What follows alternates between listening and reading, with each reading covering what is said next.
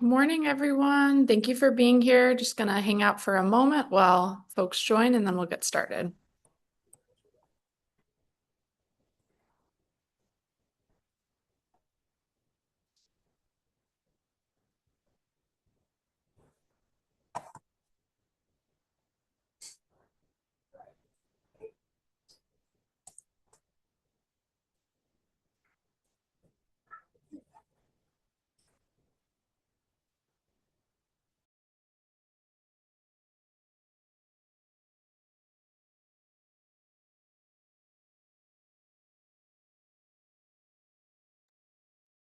Good morning, folks who are just joining. We're just going to give a few more seconds for some last folks to join, and then we will start with our webinar.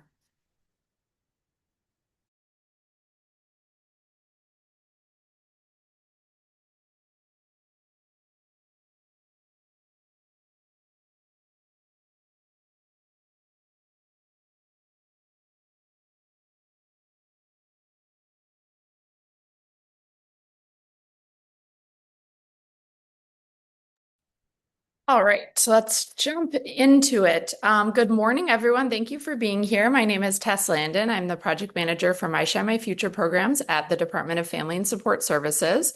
I'm joined by my colleagues, Maria, Claire, and Jillian, who will each have a chance to introduce themselves when they hop in. But I just want to give a quick overview of what we'll be discussing today, and then I'll turn it over to Maria to welcome everyone and share a little bit of a general introduction. So to start, just run through a few housekeeping notes here.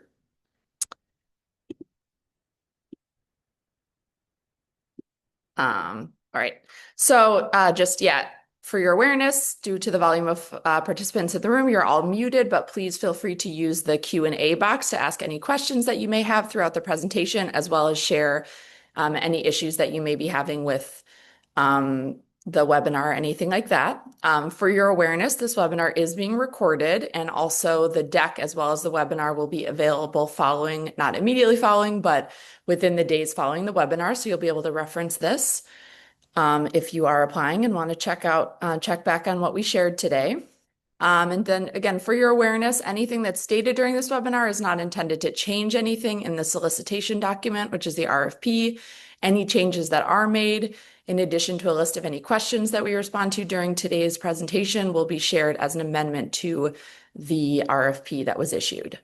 Like I said, the recording of today's webinar will be posted. That will be on the DFSS YouTube page, and the PowerPoint slides will be posted on our website. And DFSS retains the right to share a list of any registrants for this webinar as needed. To go through our agenda quickly today, starting out with a general overview of the program as well as our department and division. We will share the details of the activities and requirements associated with this program. We'll share the selection criteria and process for review of responses. And then we'll share a timeline for the review process as well as the beginning of the program period. And then Jillian will share some more information about technical assistance and using the e-procurement system. And we'll take a break sort of in the middle and then at the end to answer any questions that you may have. So again, feel free to share questions throughout the presentation in the Q&A box. We'll respond to folks in writing as we can, and then we'll go through all of the questions and respond to those verbally throughout the presentation as well. So with that, I'm going to pass it over to Maria Guzman Rocha to welcome you all and share a little bit about our Youth Services Division. Good morning, everyone. As Tess said, I'm Maria. I am the Senior Director of the Enrichment Portfolio here at DFSS. Thank you all for joining us for today's webinar. We're excited to share this opportunity with you and hope that this aligns with the work that you all are already doing. But first wanted to get started with a little bit of a background on our Youth Services Division and DFSS. So DFSS is the primary social services provider and administrator in the city of Chicago, and we provide a comprehensive client-oriented human service delivery system that employs a holistic approach to improving the quality of life for our most vulnerable residents. So we want to make sure that our young people and our families are served. We have three distinct portfolios, our prevention and intervention portfolio, our youth employment portfolio, and our enrichment portfolio. Our enrichment portfolio provides structured, safe, and enriching activities for young people ages 6 to 21.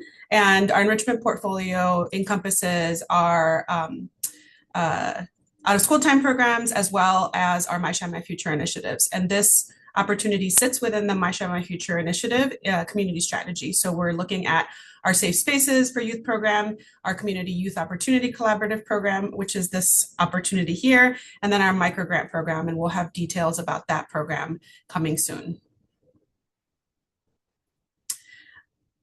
Thanks. Mhm.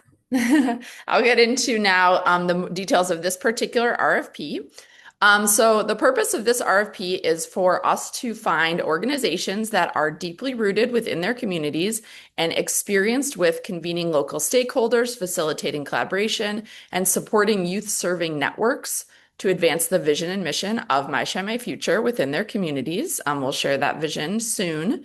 Awarded delegates will be expected to employ a variety of strategies in order to achieve this work within target Chicago community areas, with the goal of helping young people build connections with caring adults and gain access to vital resources such as out-of-school time programs, job opportunities, social services, and other forms of community support. So this is not a program where we are directly serving young people in order to achieve those outcomes, but the goal of this program is to support youth-serving networks so that that larger goal can ultimately be achieved. And we'll get more into that in the following slides. So in terms of the program description and the goals for this program, so we are really looking for organizations to support existing local youth serving networks. So this isn't a program where we are kicking off this work from the ground. We're really looking to provide support for organizations who are already conveners and have a strong network of other youth serving organizations within their community area to support the fostering of collaboration, avoid service duplication, share best practices, support smooth referrals, which we call, warm handoffs sometimes, and identify and address gaps in support. So what this work will actually look like is hosting convenings to bring together network members, overseeing and mentoring young people who will play a role in supporting the needs of the larger network, supporting events and trainings that are responsive to the needs of the collective network, and creating resources and gathering data. So you'll see a theme throughout today's presentation, really the work that our delegate agencies will be doing as the funded delegate agencies for this program is convening networks and supporting work that really supports the broader network. So it's not about supporting the work of one organization, but really thinking about the broader youth serving network in your community. So again, the goal of this work is really strengthening and also expanding those youth opportunity ecosystems to be more responsive to youth needs and interests. And the impact is to, like I said previously, increase access to those vital resources that we know young people need. So in terms of a little bit of background on this program, so Maria said that this program sits within our My Shine My Future initiative, which is a broader citywide initiative that's managed by the Department of Family Support Services in partnership with the Mayor's Office. This is one of the initiatives within our community program. And we wanted to share here, I won't go through it, but the My Shine My Future vision statement, you can find this on the My Shine My Future website. It's also in the RFP and shared elsewhere. But really, again, the goal of the My Shine My Future community initiatives is to align with and fulfill this vision statement, which was developed in 2018, 2019, along with community members, young people, caring adults, and others.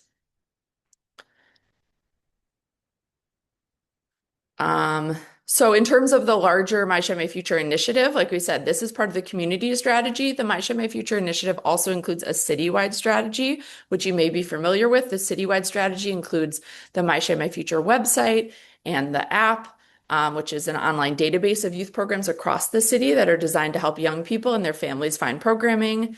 The citywide strategy includes citywide convenings for organizations and individuals.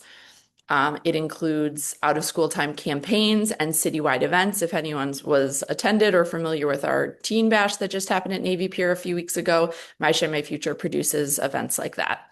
And then again, the community strategy supports these three initiatives that Maria talked about. And today we're focused on the Community Youth Opportunity Collaborative. The three pillars of the My Share My Future community strategy specifically that again are going to be really critical to the strategy that our delegate agencies are employing through this work are to activate and convene a network of caring adults, strengthen the opportunity ecosystem for Chicago's youth, and connect youth to opportunities that center their voice and choice. So these are really our strongholds that we emphasize through each of the My Share My Future community initiatives, and then we'll be asking our delegate agencies to really uphold through the work that they're implementing. And then for your awareness, between 2023 and 25, DFSS operated the Community Anchor Organizations program that you may be familiar with. Some folks may have been funded for previously. This program shares many priorities with the Community Youth Opportunity Collaborative program. However, that program was funded through American Rescue Plan Act COVID relief dollars and was really developed to respond specifically to pandemic-related harms. And it just looked a little bit different than this program looks. The program that we're presenting today was updated and revised based on feedback from our delegate agencies, from our partners, from our young people, as well as available funding and current priorities for positive youth development and community safety. In terms of our target population, so if you are familiar with My Share My Future programs, this looks pretty similar to what it has in the past. So this RFP, as well as our Safe Spaces program and our microgrants programs, are focused on agencies that are based in one of the My Share My Future community strategy regions, and I'll share those on the next slide. The focus community areas within these strategy regions rank amongst the highest scoring community areas on the Community Health Atlas Hardship Index, which is a composite measure that incorporates unemployment, age dependency, education, income, crowded housing, and poverty all into a single score that allows us to really identify need across the city of Chicago. The community areas within the My Share My Future community strategy regions are also aligned with the community areas in the Mayor's Office of Community Safety, People's Plan for Community Safety. All right, and then here you can see, a few details first about eligibility, and then I'll share the list of the community areas. So delegate agencies must have an address and conduct youth activities, meetings, and events within the region that they apply to serve. So again, importantly, you should not only have an address within the region that you're proposing to serve, but we really need to see evidence of, and this will be made clear through the application questions, that you are rooted within that community. So we are not looking for someone who has an administrative address in a community area but doesn't actually run programming or work with the community there.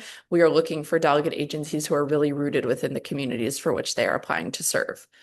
You will primarily serve your home region, so that is the region for which you apply for and receive funding for, though delegate agencies may elect to engage young people in communities from directly neighboring community areas. So we understand that sort of the borders of the Chicago community areas don't necessarily always strictly align with the work that you do. So we want to make sure that we're able to support young people in community areas and community members who feel part of your community, even if they are, in a neighboring community area technically.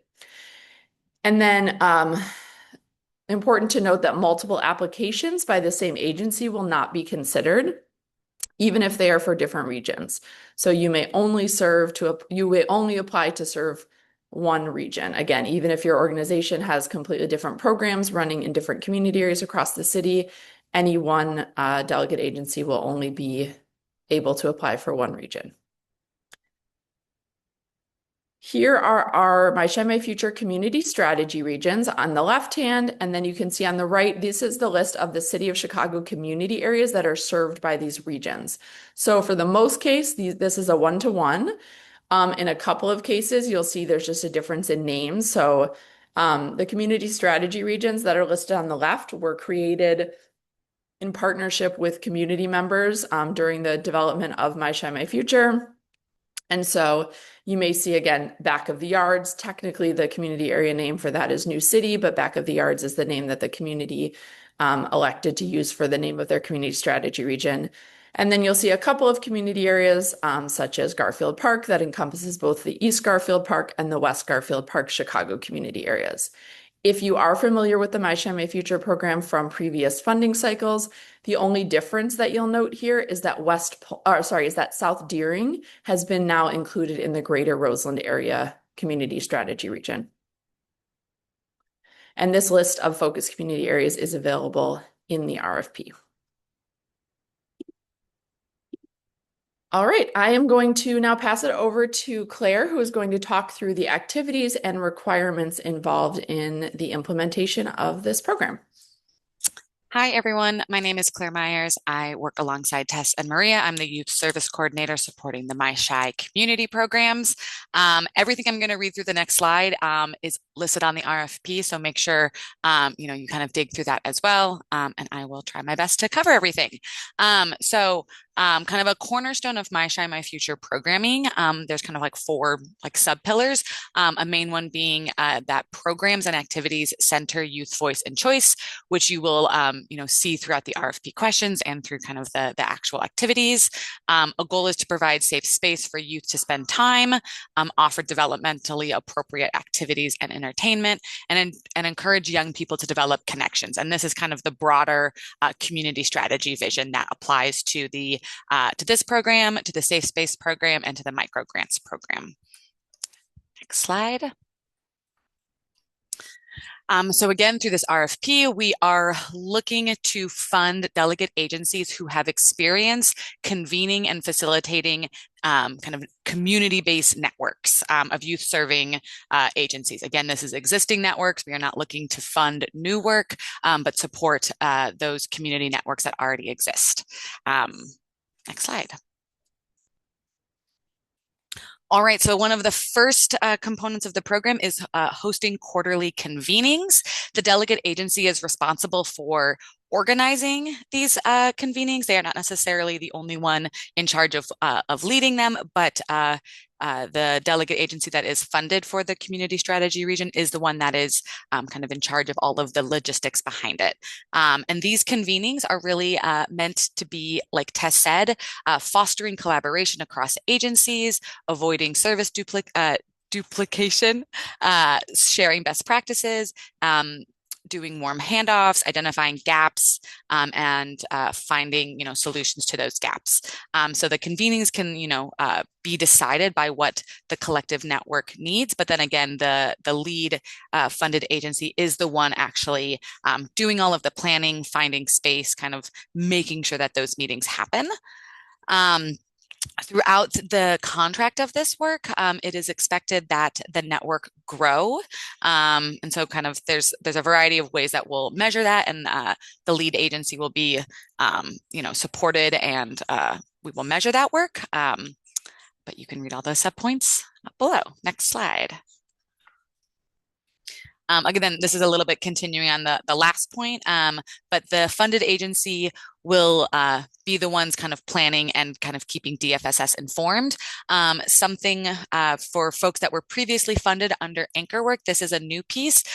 With support from DFSS team, 2 of the 4 convenings will be scheduled at a DFSS community service center or reentry support center or a senior center or a library or park. Again, looking to highlight those kind of spaces in community that exist. If delegate agencies need support with those connections, that's where DFSS can support. But 2 of those 4 convenings kind of happening in city supported spaces. The delegate agencies will be looking at providing the materials, food for all the convenings, making sure there's an agenda, making sure that sign-in, that outreach is happening, that calendar invites are shared. Again, like those logistics behind actually making sure the meetings happen. And then kind of the reporting back to DFSS regarding those convenings is also a main task. Next slide.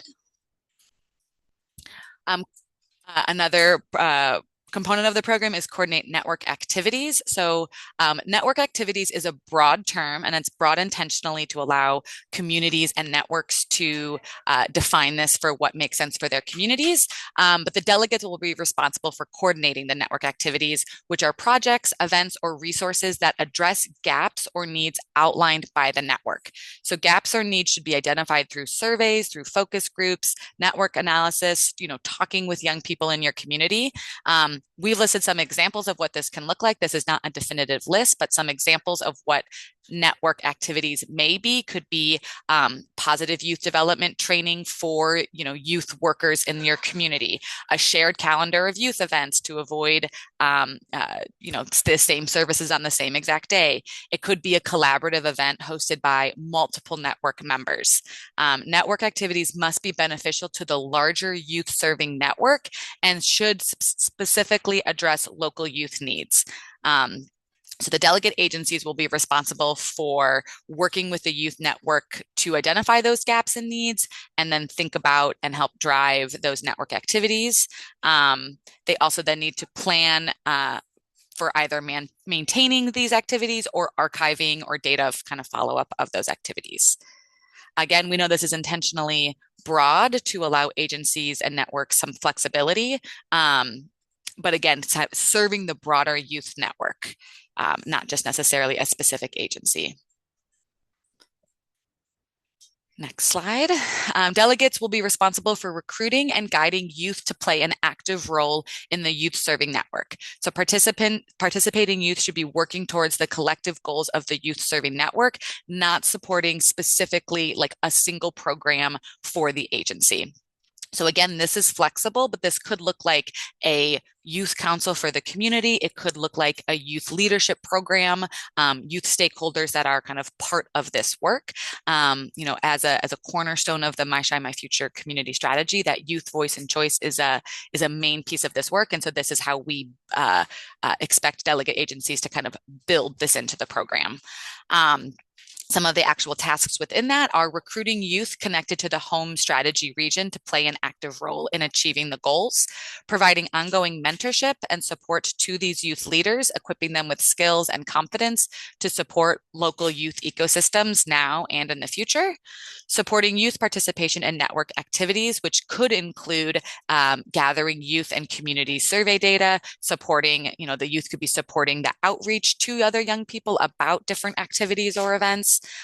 They could be attending the convenings, they can be attending trainings, as well as attending citywide leadership meetings or other trainings or youth spaces kind of organized by the city. As part of this too, the delegate agency will administer youth stipends or incentives to ensure there is like a structured component to it. And then the agencies will also be in compliance with local labor laws and tax reporting requirements regarding any payment. All right, the delegate agency, there's also a component of gathering and sharing data. So delegate agency will be responsible for gathering data related to the local youth serving networks and outcomes. Trainings and resources required to carry out these requirements will be provided by DFSS. Respondent or delegate agencies will be responsible for the following pieces. So with support from DFSS, conduct a network analysis at the start and end of the contract period. What this really looks like is compiling a list of organizations within your local youth serving network and determining connections across members, identifying components of the local youth opportunity ecosystem beyond youth serving organizations, which could include social services, incident response strategies, and informal networks of caring adults. You will document the network analysis and incident changes over contract period in size of network and connections across members. So this is speaking back to this idea that, one of the goals of this is that the network will grow throughout this RFP contract. So the network analysis is the main tool that that delegate agencies will utilize to track progress. This process also, again, like it stated, will be part of a training conducted by DFSS. Additionally, the delegate agency will solicit survey responses from youth and youth serving network members regarding program outcomes. So during each quarterly meeting, network members will be required to report on the number of social need referrals made by their organization as a result of the connections, and then also report on program outcomes, including those network activities and youth engagement.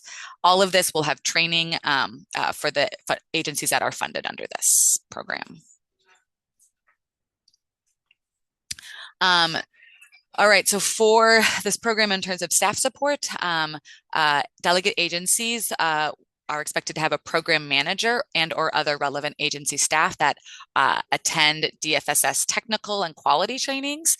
Additionally, delegates will be responsible for serving as a representative of the youth serving community network within citywide youth spaces convened by the City of Chicago and our partners. What that looks like is attending any mandatory meetings set by DFSS. That can be, program meetings that might happen virtually or in person, trainings on, implementing some of these components, and learning communities, as well as My Shine, My Future citywide meetings, and then, possibly other meetings as well. Delegates must recruit, hire, and manage a program manager. This can be a new position or a repurposed current position to supervise the activities outlined in this RFP. Program managers should be positive, enthusiastic, civic-minded individuals with connections both to their community and to the city more broadly. Program managers should have experience and skills in community organizing, project management, leadership, youth programming, recruiting and mobilizing, or other related areas. While program managers will serve as the main program lead, staff across the delegate agency, including agency leadership, should be connected to this work and aware of its activities. Respondents will be responsible for the following pieces, which is hiring or, again, repurposing a current position to supervise this work, administering payroll for that program manager. All program staff working with youth must be properly trained and have a cleared background check on file at the start of program. Additionally, there's other compliance elements. So folks that are working directly with youth need to have a federal fingerprint on file, as well as be Illinois mandated reporter, and CPR and first aid certified. So this is an example of the budget. This is not necessarily how we are dictating the budget be set, but an example of how funding might look. And Tess, is this where I actually hand it back to you? Sure, I'll jump back in because I'm gonna I'll talk through the details of the budget too on the next slide. Okay, so yeah, like Claire said, this is a sample budget. So this is loosely how we are recommending that funding be allocated for this program. There is some flexibility in certain areas. We will work with awarded delegates through the budgeting process to develop a budget that makes sense for them and that also fulfills the requirements of the program. But you can see that a large portion of the funding is allocated for the project manager. This is either a part-time position or a percentage of a full-time salary. And then we also understand that, this project manager is going to require additional administrative and compliance support from perhaps leadership at the agency, grants team, finance. So there is a percentage of salaries for those folks as well included in the personnel line. And then in terms of the network convening, so those are those quarterly meetings that the delegate agencies would be hosting. They're funding for things like materials and supplies, food for participants who would be the network members, as well as, other costs that may include rental of a space or a facilitation of someone to lead meetings or other things like that. In terms of the network activities, again, Claire described those. But fees that may be associated with those would include, the fee for a contracted trainer, costs for an event that the network was putting on, transportation to an event, software if you're putting together a shared calendar. So there is a line for that. And then in terms of the youth leadership program, there is funding for stipends for young people. There is not a specified stipend amount, but young people should be stipended for their time and participation in the program. And then there's a separate line for food for participants. So if you have young people working, being able to provide them meals and snacks during their work time. On the next slide, I have outlined some of the details of the budget and what would be required in terms of submission for this application. So The terms of this contract and the budget period under this RFP will be from July 1st, 2026 to December 31st, 2026, based on need and availability of funding, as well as performance of contracted delegates. We may extend this term for up to 4 additional years. Each year would be contracted for would receive a contract extension for 1 additional year. The full amount for this RFP, as you saw on the previous slide, is $133,113 per delegate agency. The administrative cap is 15%, and there is no match requirement for this program. So some DFSS programs do have a match requirement. This one does not. Although the program period for this year is not 12 months, since the contract will begin in July, we are still asking delegate agencies to submit a budget for 1 year of service, and we will be working with you to ensure that we're able to complete the requirements within the period of time that we have allocated for the program in 2026. And then as you're putting together your budget, you're really thinking about applying for the program's actual costs and making sure that the program costs that you've outlined in your proposed budget in your application align with the activities and requirements that Claire just listed. So again, we should be able to see in your budget that you have included funding for each of the required components of the program. And there will be a question within the application to describe sort of how, what your process looked like for coming to the determined cost that you reflected in the budget that you propose. So in terms of the performance measures, what we will be measuring in order to identify the success of this program, as well as track the outcomes that we are measuring associated with it. These are our performance measures. So in terms of sort of more general measures, we'll be looking for a 25% increase in the number of network members. So Claire talked about that network analysis that will be conducted. You'll be required to look at how many folks are within your network at the start of the program, and then we're looking for an increase in the number of folks in your network by the end of the program period. We're also looking for an increase in the connections between network members. So if you are working with 20 organizations, they all know who you are, you collaborate with all of them. We want to make sure that they are all collaborating with each other as well. So we're looking for connections across those network members. We're looking for 4 network convenings hosted throughout the year, for 15 stakeholders, not including your staff or your youth leaders, to attend each network convening. And then we really are looking for consistency with engagement in the network. So we are looking for participating stakeholders in the network to attend at least 3 of those 4 convenings. So we hope folks are encouraged and motivated to attend meetings and to attend them regularly. Agencies will coordinate at least 3 network activities. They will engage at least 12 youth leaders throughout the contract period. And then we'll, through whether it's events or different network activities that you engage in, we're looking for participation of 100 young people in those events or network activities. Next slide gets into a little bit of the metrics that we'll be looking for from both members of your network as well as the broader community area. And Claire talked a little bit about this, but just to be clear, DFSS will be supporting through both, training as well as templates for surveys, existing surveys for some of these requirements. So we'll really be supporting along the way to make sure that you're able to collect the data that we are asking for in order to support this program. So what we'll be looking for in terms of that data, though, is that 100% of network members surveyed feel that the convenings and activities that you did together contributed to a stronger community youth ecosystem. We'll be looking for 100% of those network members to make social needs referrals based on connections made or resources gained through their participation in the network. So what that really looks like is I'm a, network member. I attend a meeting. I have young people in my program who are housing insecure. They're looking for opportunities. I meet someone at the meeting who works at a local shelter. I have their contact information, and now I'm able to, in the future, refer a young person or a family who may need that resource. So really, again, just gathering resources from one another and sharing those out with network members, clients. And then there will be a survey as well conducted with local youth and caring adults. And here we're looking for an increase in the number of youth surveyed who feel that they know where to go in their community for essential services, an increase in the number of youth who feel where they that they know where to go in their community for enrichment or employment opportunities.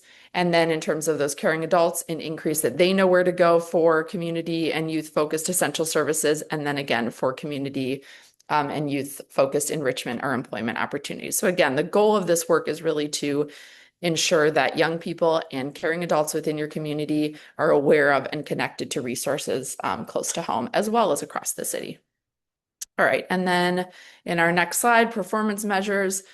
So we are also looking for, a few indicators from the young people who are directly involved in your program. So those youth leaders. So we want to make sure that they're gaining new skills or improving existing skills after their program experience.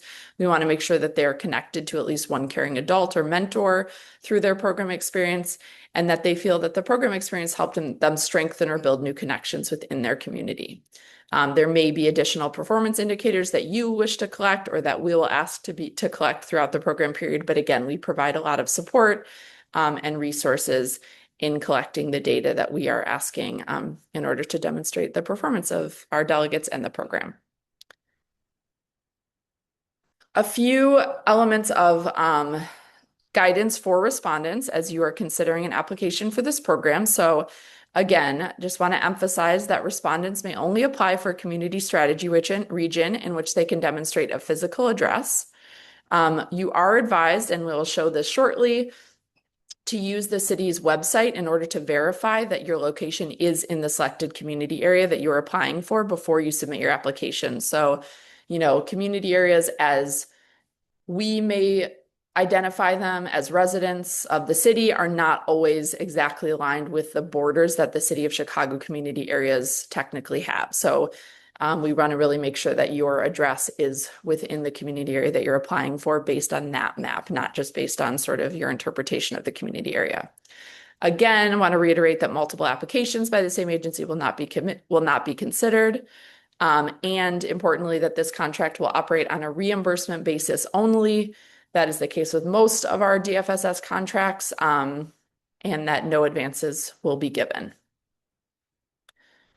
All right, so this is the map that I was mentioning. This link is available in the RFP. We can also share it. We'll share it out in the slides. But again, this is the website where you're going to go. This website has been updated, so now within the red circle, you'll actually see a little magnifying glass. You'll click on that symbol, enter your address, and it will tell you the Chicago community area where your address is. And then again, make sure that that aligns with the region for which you are applying. All right, so I'm going to now talk through our selection criteria. So these are the areas of the application and the things that our reviewers will be looking for in identifying qualified candidates for this program. So in terms of our community involvement section, we will be looking for the respondent to demonstrate a clear understanding of the youth serving network in the community area or areas that it proposes to serve, including its strengths and assets and needs and challenges. We will be looking for the respondent to have developed specific capabilities and/or infrastructure to better serve the proposed community areas. We'll be looking for the respondent to demonstrate a commitment to diversity, equity, inclusion, and access. This looks like your leadership reflecting the young people in communities that you serve. We will be looking for the respondent to demonstrate their role as a trusted convener or collaborator among youth serving providers in the proposed community area. And then we'll be looking for the respondent to either share an existing or a planned process for gathering and incorporating youth and community feedback into planning, decision-making, and service delivery. In terms of organizational capacity, we will be looking for the respondent to provide a plan to ensure that a qualified staff person responsible for program oversight and management is hired or reassigned. So that's that program manager. We'll be looking for the respondent to demonstrate an adequate systems and processes to support monitoring of program expenditures and fiscal controls. And we'll be looking for the respondent to demonstrate that they have secure data collection and management practices, along with adequate processes for quality assurance and timely data entry. In terms of the strength of the proposed program, we'll be looking for the respondent to clearly define the services that are to be provided, and they should be appropriate to addressing the program requirements and performance measures outlined in the RFP. So everything that Claire just ran through, that I just ran through, you should be describing a program that responds to all of those requirements. We're also looking for respondents who have experience and capacity for the work and approaches are supported by a strong national or local evidence base and are aligned with best practices for the field. So we want to make sure that, consideration of positive youth development and other evidence-based practices are defining how this work is, how the program is designed. And then we will be looking for the respondent to have an effective and intentional approach to identifying, recruiting, and retaining youth serving network members, including youth leaders. So again, we want to make sure that our delegates are bringing folks into their networks, as well as bringing on youth leaders who are, committed to the work, connected to the community area, et cetera. Our next section is performance management and outcomes. So here we're looking for demonstrated evidence of strong past performance against the desired outcome goals. So if you were previously funded for this program, that would be providing evidence of your past performance with this program. However, that is not a requirement, but if you were not previously funded through this program, you should be demonstrating evidence for past performance of a similar program or similar program requirements. We'll also be looking for a respondent to demonstrate experience with collecting and analyzing data to inform programming. And for respondents who were previously funded for the Community Youth Opportunity Collaborative, it should say program, we may use prior performance data to inform funding decisions. And then finally, we'll be looking at reasonable cost, budget justification, and leverage of funds. I sort of talked about this in the budget section, but we'll be looking for, importantly, the respondent to have the fiscal capacity to implement the proposed program prior to reimbursement. So again, this is a reimbursement-only program. So delegates must be able to provide the funds in order to start the program before they get reimbursed. And then again, making sure that the respondent is able to demonstrate reasonable implementation of cost and funding requests given the nature of the program. So the budget that is proposed should align with the requirements of the program. All right, a few more things, and then we will move into some of your questions before passing it over to Jillian for technical assistance. So in terms of the application, there are a number of required attachments. So first, there's a requirement to attach a job description for the program manager, listing the required relevant experience. So again, in that program activities and requirements section in the RFP, you'll be able to see what the requirements and relevant experience are for that program manager. So those should be reflected in the job description. We will be asking respondents to provide 3 letters of support from current youth serving network members. So again, for this program, we are looking for folks who are already engaged in this work. That means you already are part of a local youth serving network. So we'll be asking for letters of support from other members of your youth serving network. And then again, be sure to attach a budget for this program. That is a requirement of the application. And ensure that your budget does not exceed, your request from DFSS at least does not exceed the total outlined in the sample budget that we provided in the RFP. So in terms of the actual evaluation process, so evaluation is based on the strengths of the proposal and responsiveness to the selection criteria that I just ran through. Failure to submit a complete proposal or respond fully to any of the requirements, including those attachments that I just shared, including an oral presentation, which I'll share in the next bullet, may make your submission subject to rejection. So DFSS for this program will invite respondents with applications that meet a minimum score threshold that are deemed qualified during the initial preliminary review process to make an oral presentation. And then again, attendance at that oral presentation will be required. Delegates will be provided with will be provided with that date and with questions ahead of time and more information as needed.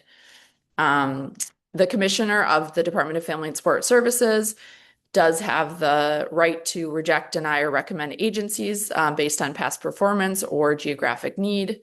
And finally, DFSS reserves the right to ensure that all mandatory services are available citywide and provided in a linguistically and culturally appropriate manner. All right, here is our timeline I want to share before getting to some questions. So today, of course, we are having our pre-proposal webinar. The due date to submit questions will be Tuesday, April 21st. At the end of the day, all questions will come to me. My information is shared at the end of this presentation, as well as in the RFP. And questions that are answered during today's presentation, as well as questions that are received, via email or phone call to me, will be included in the amendment that we provide for this RFP. Applications are due Friday, May 8th at noon. There are absolutely no exceptions to that deadline. So Jillian will mention this again, but just make sure that you are ahead of that deadline and not trying to get your application submitted at 11:59. And then again, our program period will begin on Wednesday, July 1st, 2026. So with that, I am going to go over some of the questions that we've received, and then I'll give more time for folks to ask any other questions that they may have during the second half of the presentation, and we will answer those at the end. Okay, so our agency is eligible to apply for more than one opportunity. So can you apply for both the Safe Spaces, My Share My Future RFP, as well as the Community Youth Opportunity Collaborative? Yes, you may not apply for multiple regions within each one of those programs, but you may apply for both programs. Someone is a mobile app. They do not have a physical address in Chicago. They're wondering if they're eligible. As we've stated, applicants must have a physical address where they conduct youth programs within the region for which they apply. So if you don't have a site in any of the target community areas, you would not be eligible for this funding. So there are a couple related questions to, is this more about directly funding youth activities or coordinating between agencies? So this program is dedicated to funding networks of youth serving agencies, not direct services for youth. Then there is a follow-up question about, isn't the youth leadership program direct services to youth? So yes, one component of this program is mentoring and working with young people. However, the primary goal of this program is to support the youth serving network. And the youth leadership program that delegates will be asked to implement is in service of that larger goal. So the young people that will be working with our delegate agencies, the goal of their work with the agency is to support the broader network. So they are not interns that are hired by your agency to help you run summer camp or run an event or do administrative work. Those young people are really being supported as future, community leaders, community organizers, and everything that they're doing should be in service of the broader mission of this program, which is to strengthen and support youth serving networks and ecosystems within community. Is there a way that we can connect with delegates who might be looking to host an activity using the app? So definitely we will encourage our funded delegates to use the My Share My Future app in various ways, including to connect with potential partners and network members. If you are feel free to check out the My Share My Future platform, website, app. Prior to applying, we are not able to provide support at this time for applicants during the application process, but once funded, we will certainly be working with funded delegates in order to ensure that they are able to use the app to support their work. How many agencies will be awarded for each focus area? One delegate agency will be awarded per region. So there will be, we anticipate 15 funded delegate agencies, one for each of those My Share My Future community strategy regions. Do the network members also have to be based in the focus community area? So we would hope and assume that network members are rooted in or connected to the focus region. Many of them may and will have an address there, but they do not have the same requirements for a physical address as delegate agencies do. So as long as they are part of the community that you serve and they're part of your, part of that broader community, they do not need to have a physical address within that region. Is it a requirement that we give stipends to participants? Yes. So young people should be stipended for their participation in the youth leadership program. We don't have a particular amount dedicated for stipends. So we'll work with delegate agencies to identify how they plan to stipend young people. But the goal is really that youth are compensated for the time that they put into this program. Someone states that they are part of CPS. I think that would disqualify us. I don't have, without all the details, I can't say, but in terms of eligibility and qualification for this RFP, you need to have an FEIN number and an IRS determination letter. So if you have those things and you have the address, that's what would be needed to qualify. Is a state NYCRA above 15% accepted? So the administrative cap is 15%. If you have an approved rate that is more than 15%, you will be asked to submit that during the budgeting process if awarded, and we will have conversations on a case-by-case basis about the administrative cap, because DFSS does reserve the right to have an administrative cap more broadly, and we don't necessarily always meet the full cap because we have other priorities in terms of ensuring that funding goes towards direct programming and services.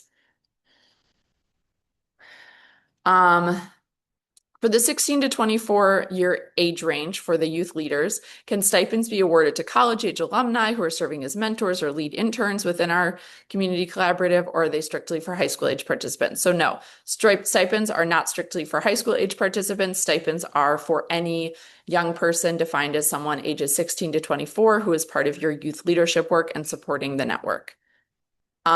Additionally, that those stipends are available for, again, we can discuss on a case-by-case basis, but if there are adults who are part of your network who you want to stipend for their participation and their time leading a meeting or doing something else, those funds may also be used for that purpose. Question. So the youth leaders are hosting and inviting the convenings between the service organizations. So the funded delegate agency is the primary person, agency organization responsible for convening and hosting those meetings and bringing new network members in. However, the young people should play a role in that work. What that can look like is helping lead sections of the meeting, doing canvassing or outreach in order to identify new members for the convening meetings. It may look like helping do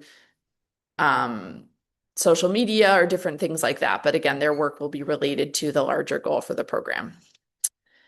Someone asked about timeline for when award notices would go out. So again, we are hoping for our contract start date is July 1st, so that award letters would be going out before then. We're on a short timeline, but we are definitely going to be kicking things off this summer, so it'll be a fairly quick turnaround.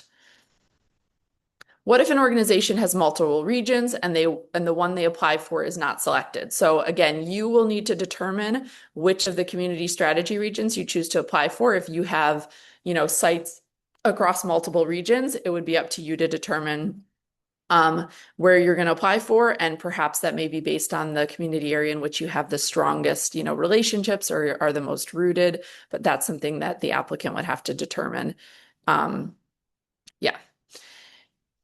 And then approximately when will we know if we meet the minimum threshold, and the approximate time after that for the oral presentation? So if you are identified for an oral presentation, you will be notified in late May, early June.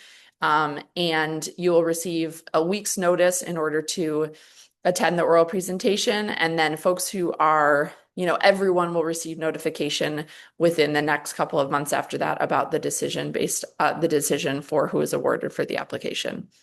But we'll give you, at least that full week's notice in order to prepare for the oral presentation and schedule that date.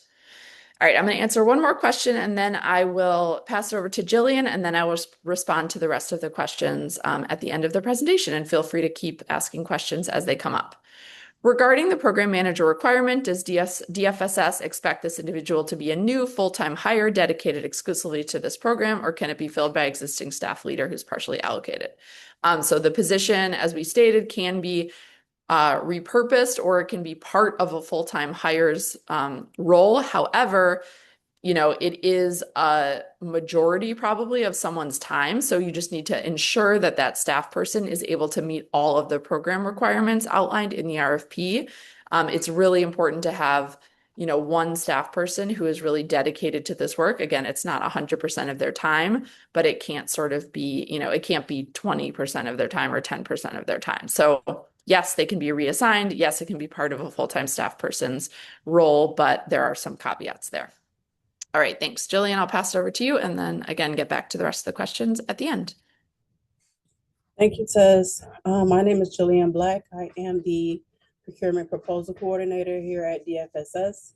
And the most important application tip that we can provide is to start your application as early as possible and save it as often as possible as you go. If you have never done business with the City of Chicago, please register into iSupplier ASAP. Review RFP narratives and application questions closely.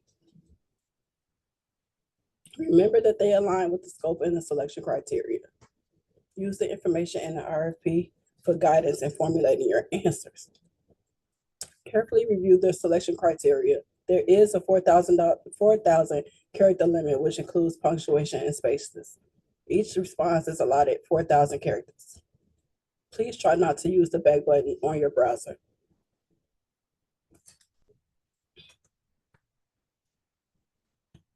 You can submit your application and later amend it up until the due date of April 20th, May 8th at 12 noon. Avoid the rush and possible mishaps by submitting early, and plan on your submission taking approximately 30 to 60 minutes. Please be advised that late applications cannot be accepted. For assistance, make use of the e-procurement hotline at 312-744-4357. Please note that the hotline operates during business hours only, Monday through Friday, 9 a.m. to 5 p.m. The e-procurement system also has a customer service hotline, an email address, which is customersupport@cityofchicago.org. Just a few agency requirements. We require agencies to provide articles of incorporation and any amended articles of incorporation. We also require an IRS affirmation letter from not-for-profit agencies only. Please note that this letter must be dated within 60 days of your submission. You can obtain this letter by calling the IRS directly at 1-877-829-5500. However, if you are a for-profit agency, please submit your original letter from the IRS showing your FEIN number. A UEI number is required, as well as a central contractor registration, which can be provided from the entity overview page at sam.gov website. And lastly, a certificate of good standing letter with the state of Illinois is required.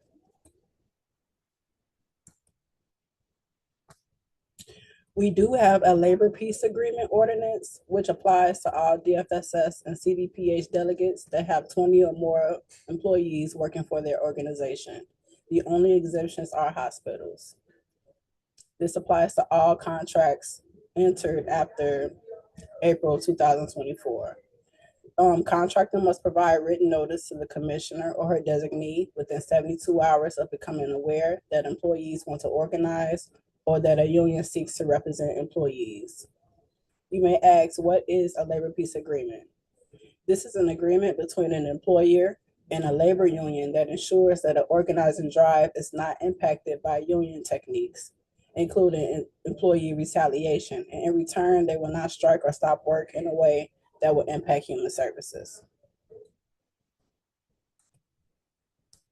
For technical assistance, there is a link to the RFP on our website. Please see the alert section. And for questions on registration and e-procurement technical assistance for delegate agencies, please feel free to contact customer support at cityofchicago.org, as well as the help line. Well, the number is listed here. And we also have training materials, which includes documents and videos on the cityofchicago.org website under online training materials. At this time, we're going to delve into how to enter your responses and accept any amendments.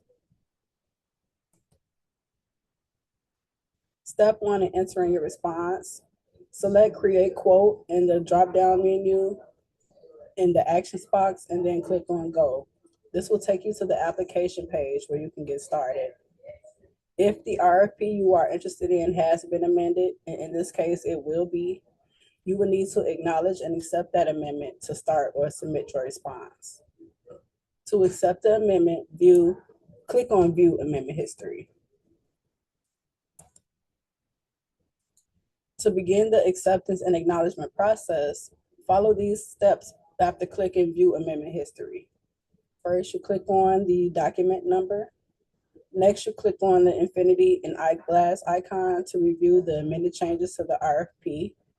And lastly, you click on Acknowledge Amendments button to acknowledge receipt of and understanding of these changes and proceed. And by acknowledging the amendment, you are indicating that you are aware of the changes made to the RFP in the amendment. When you get to this screen, please click on the I accept checkbox and then click on Acknowledge. Next, you click on Yes to indicate that you confirm your acknowledgement of the amendment. Finally, you click on the checkbox that you accept the terms and conditions and then click on Accept to accept the terms and conditions. And that is the final step in acknowledging and accepting the amendment. So once the amendment is accepted, you can move forward with submitting your application, which we're about to go through now. So step one in submitting your application, when you are ready to submit, meaning that you've filled out every required field that you have to complete, and you've attached every required document, you start by saving your draft one last time, and then you click continue. If you are missing information, you will be given an error message at the top of the screen, similar to here, what you see here. Usually any errors direct to something left undone in the application. So in the last example, the error message indicated that the lines had not been completed. In this example listed here, the error is about an unanswered question in the application or the requirement section.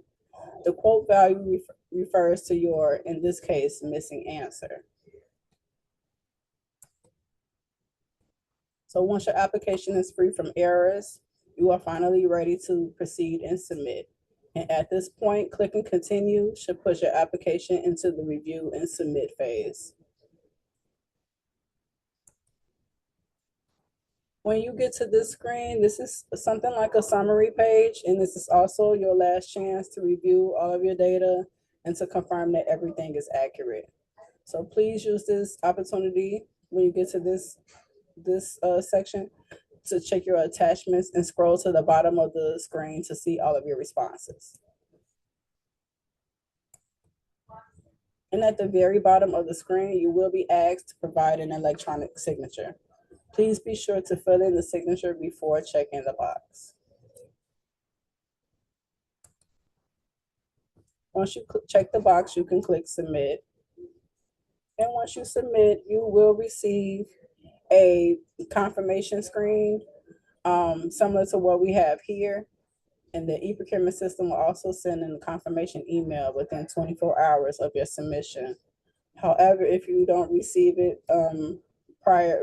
by 24 hours, you can email me. I can get that information over to you. My name is Jillian Black, and my email is jillian.black@cityofchicago.org. Tess, I want to pass it back over to you. Thank you, Jillian. So yeah, you can see here Jillian's contact information. Jillian just shared hers, but you can, questions about the e-procurement system or other technical issues can go to the customer support line, and then I can answer any questions that are about the program. All right, I'm going to go through the remaining questions that we have here, and please, in the next, 5 or 10 minutes it takes to do this, add any remaining questions in the Q&A box so that we can answer them while we are still on this morning, because this is the last portion of our presentation. Are there any professional requirements, i.e. degrees or certifications required for the program manager position? Not specifically. I didn't type this in my answer actually, but the exception to that would be that any staff person working with young people will have to have certain requirements in terms of background check, and those are outlined in the RFP. But in general, the broader, qualifications and experience should just align with the requirements listed in the RFP. Can the youth leaders serve dual purposes, both meeting the requirements of the CYOC work while also serving as ambassadors for the agency's programming?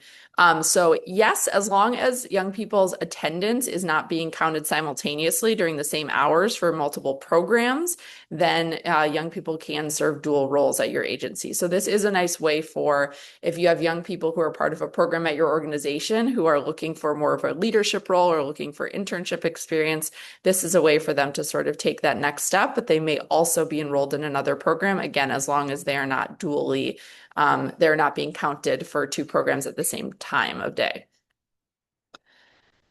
Will agencies receive the full award amount in the 6 months of this contract, or will it be prorated? So the delegates will receive the full award in 2026. So it's going to be a short timeline, but we expect that the work of this program can be done within those 6 months. We will work with awarded delegates during the budgeting process to ensure that funds are moved as needed to make sense with the shorter contract period. But yes, you will receive the full award. And then sort of related to that, for the metrics named, will the expectation be for all of the metrics to be met, even though it's not a full 12-month program?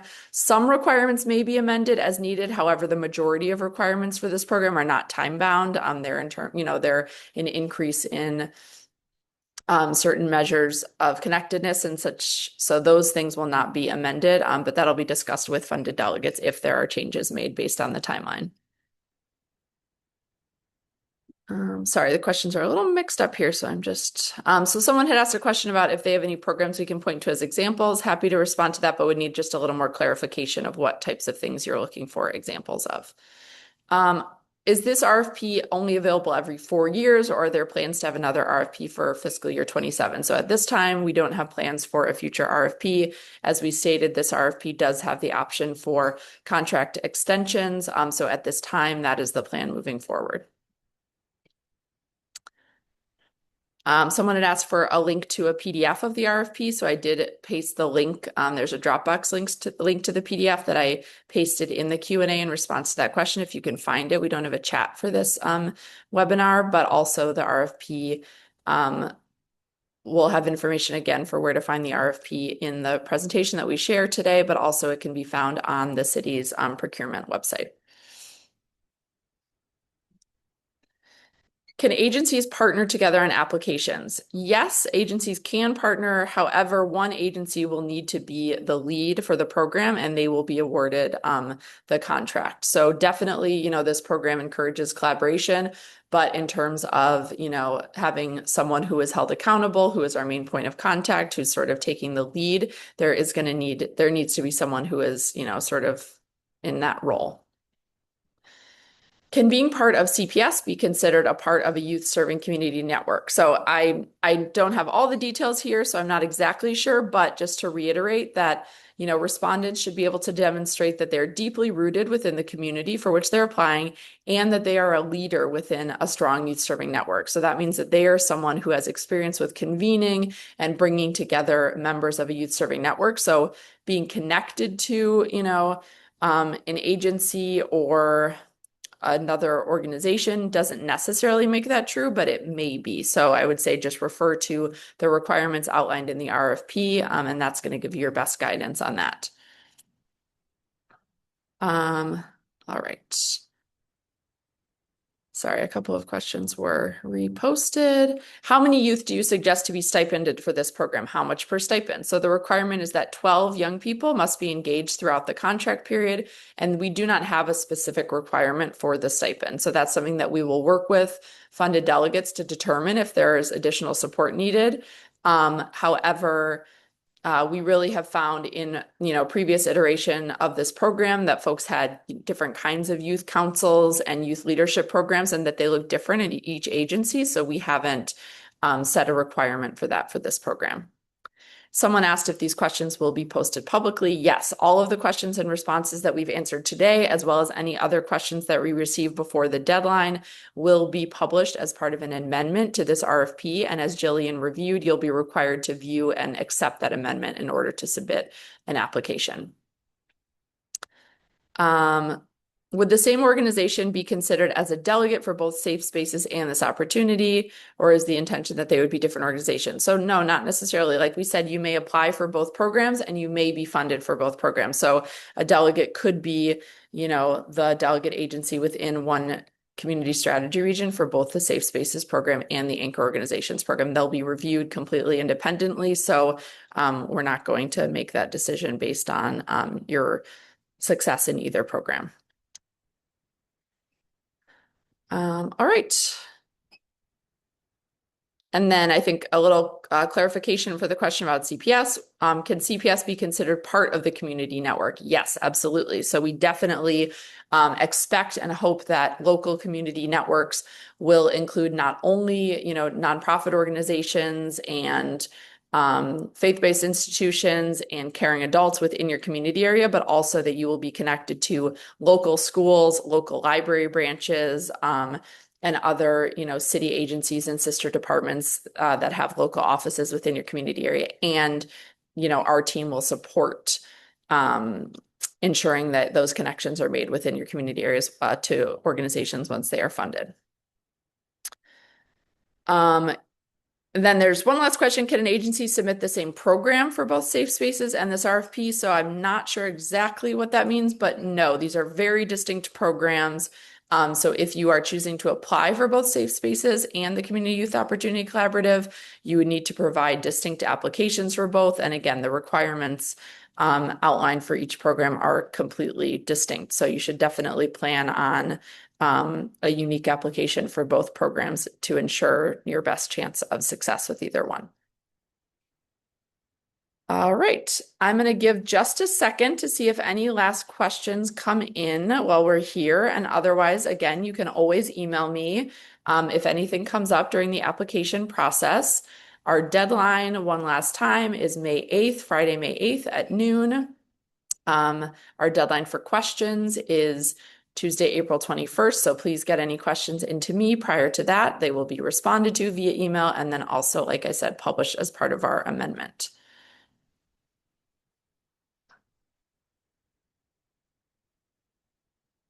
All right. I believe that concludes all of our questions. I don't see anything else coming in, so I will give everyone back a little bit of their time. Thank you so much for being here this morning. Best of luck with your application. And again, please reach out with any questions that you may have. We'd be happy to chat.